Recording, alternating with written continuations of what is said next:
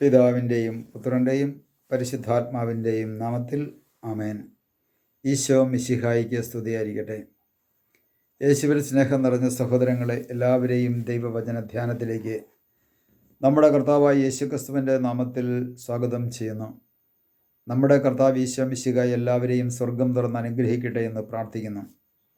പ്രിയ സഹോദരങ്ങളെ, നമുക്ക് കർത്താവിൻ്റെ തിരുവചനം നമുക്ക് ധ്യാനിക്കാം. പ്രഭാഷകൻ്റെ പുസ്തകം 5-ാം അധ്യായത്തിൻ്റെ 14-ാമത്തെ തിരുവചനത്തിൽ പ്രകാരം പറയുന്നു: കള്ളന് അവമതിയും കപടഭാഷയ്ക്ക് രൂക്ഷമായ ശകാരവും ലഭിക്കും. കള്ളന് അവമതി, കപടഭാഷയ്ക്ക് രൂക്ഷമായ ശകാരം. കപടഭാഷണം, നുണ പറയുക, വ്യാജം പറയുക, കള്ളസാക്ഷ്യം പറയുക. കള്ളൻ കള്ളത്തരം കാണിക്കുകയും കള്ളത്തരം പ്രവർത്തിക്കുകയും കള്ളത്തരത്തിന് കൂട്ടുനിൽക്കുകയും ചെയ്യുന്നവനാണ് കള്ളനും കള്ളിയും. ഇവിടെ വചനം പറയാണ്, കള്ളന് അവമതിയും കപടഭാഷയ്ക്ക് രൂക്ഷമായ ശകാരവും ലഭിക്കുമെന്ന്. പ്രിയ സഹോദരങ്ങളെ, പ്രഭാഷകൻ്റെ പുസ്തകത്തിൽ നമ്മൾ 5-ാം അധ്യായത്തിൻ്റെ 8-ാമത്തെ തിരുവചനത്തിൽ കണ്ടത് വ്യാജം കൊണ്ട് നേടിയ ധനത്തിൽ ആശ്രയിക്കരുതെന്നാണ്. എങ്കിൽ 14-ാമത്തെ വചനത്തിലേക്ക് വരുമ്പോൾ പറയുകയാണ്, കള്ളന് അവമതി എന്ന് പറഞ്ഞാൽ ഈ കള്ളത്തരം കാണിച്ച് വെട്ടിപ്പും തട്ടിപ്പും നടത്തി സമ്പാദിച്ചു വെച്ചേക്കുന്ന ആ പണം അവൻ്റെ ജീവിതത്തിൽ അതൊരു അപമതിയായി മാറും. ഒരു സംശയവുമില്ല, അപമതിയായി മാറും. കള്ളത്തരത്തിലൂടെ ഉണ്ടാക്കിയ പണം ദൈവത്തിനു മുമ്പിൽ ഒരിക്കലും അനുഗ്രഹത്തിൻ്റെ പണമല്ല. അതെങ്ങനെയൊക്കെയാകാം?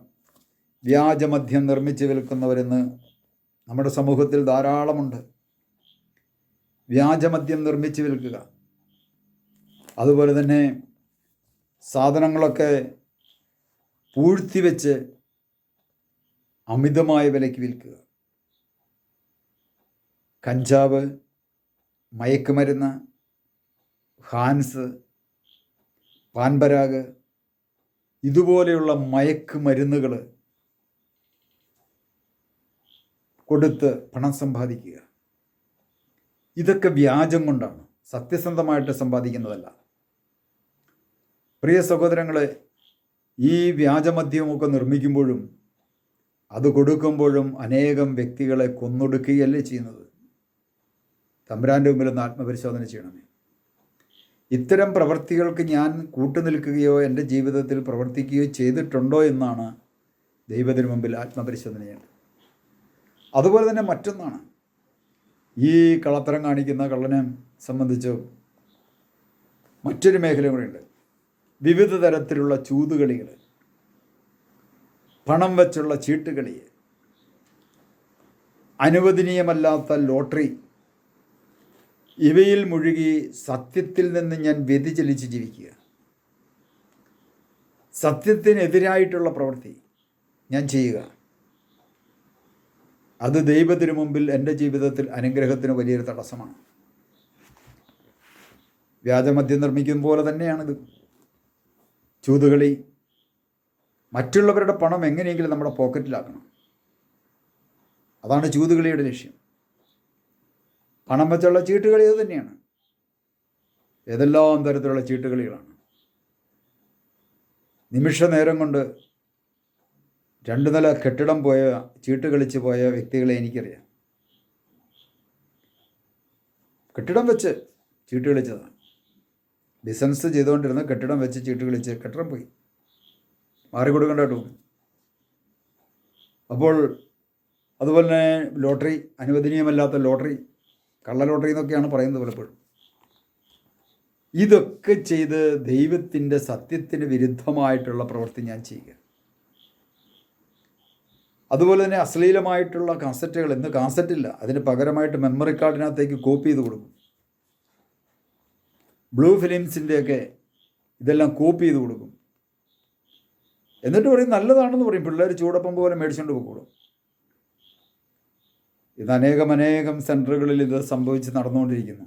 കാര്യം പിള്ളേർക്ക് ഇഷ്ടം പോലെ യൂട്യൂബിൽ നിന്നൊക്കെ കിട്ടുമായിരിക്കും. എന്നാലും ഇത് നിർമ്മിച്ചു കൊടുക്കുന്ന വ്യക്തികൾ ധാരാളമുണ്ട്. അങ്ങനെ നിർമ്മിച്ചു കൊടുത്ത് സമ്പാദിച്ച സമ്പത്ത് ഒരിക്കലും അവൻ്റെ ജീവിതത്തിൽ തകർച്ചകൾ വരുമ്പോൾ ഉപകരിക്കുമെന്ന് വിചാരിക്കേണ്ട, അല്ലെങ്കിൽ ആപത്തിൽ അത് ഉപകരിക്കത്തില്ല. അതുകൊണ്ടാണ് ഇത്തരത്തിലുള്ള കള്ളത്തരം കാണിച്ച് സർക്കാരിൻ്റെ മുമ്പിൽ ഇതെല്ലാം കള്ളത്തരമാണ്. ചീട്ടുകളി കള്ളത്തരമാണ്, ചൂതുകളി കള്ളത്തരമാണ്, വ്യാജമദ്യം നിർമ്മിക്കുന്ന കള്ളത്തരമാണ്, അതിന് വ്യാജമദ്യം വിൽക്കുന്ന കള്ളത്തരമാണ്.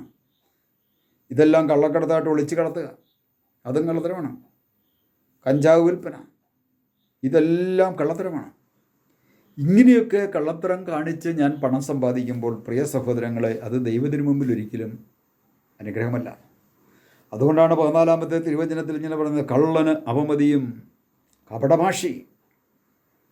കപടഭാഷം, നുണ പറയുക, കള്ളസാക്ഷ്യം പറയുക, ഇതൊക്കെ പറഞ്ഞാൽ മാത്രമേ ഈ ആൾക്കാർ ഇതെല്ലാം മേടിക്കുള്ളൂ. അവന് രൂക്ഷമായ ശകാരം സമൂഹത്തിൽ നിന്ന് മാത്രമല്ല, തമ്പുരാൻ്റെ മുമ്പിൽ ഒരു നീതീകരണം ലഭിക്കുമെന്ന് നമുക്ക് പറയാൻ പറ്റത്തില്ല. ആയതിനാൽ പ്രിയ സഹോദരങ്ങളെ, നമ്മുടെ ഓരോരുത്തരുടെയും ജീവിതത്തിലേക്ക് നാം ഒന്ന് തിരിഞ്ഞു നോക്കണം. ഈ കള്ളത്തരവും കാണിച്ച് അതിന് കൂട്ടുനിന്ന് ഇത്തരത്തിലുള്ള വിൽപ്പന നടത്തി മറ്റുള്ളവരുടെ കണ്ണുനീര്, മറ്റുള്ളവരുടെ ശാപം മേടിച്ച് വലിച്ചു മാരിക്കൂട്ടി ജീവിക്കുന്നൊരു വ്യക്തിയാണ് ഞാൻ. നമുക്ക് തമ്പുരാൻ്റെ മുമ്പിൽ ആത്മപരിശോധന ചെയ്യാം. കർത്താവായ യേശുവേ, കള്ളനവമതിയും കപടഭാഷയ്ക്ക് രൂക്ഷമായ ശകാരവും ലഭിക്കുമെന്നരുളി ചെയ്ത കർത്താവേ, പലപ്പോഴും ഞങ്ങളുടെ ഓരോരുത്തരുടെയും ജീവിതത്തിൽ ഇത്തരത്തിലുള്ള കള്ളത്തരം കാണിക്കുകയും കള്ളത്തരം പ്രചരിപ്പിക്കുകയും കള്ളത്തരത്തിന് കൂട്ടുനിൽക്കുകയൊക്കെ ചെയ്തിട്ടുള്ള അനേകം സാഹചര്യങ്ങൾ ഒരുപക്ഷെ ഞങ്ങളുടെ ജീവിതത്തിലുണ്ട്. കർത്താവേ, കരുണയായിരിക്കണമേ.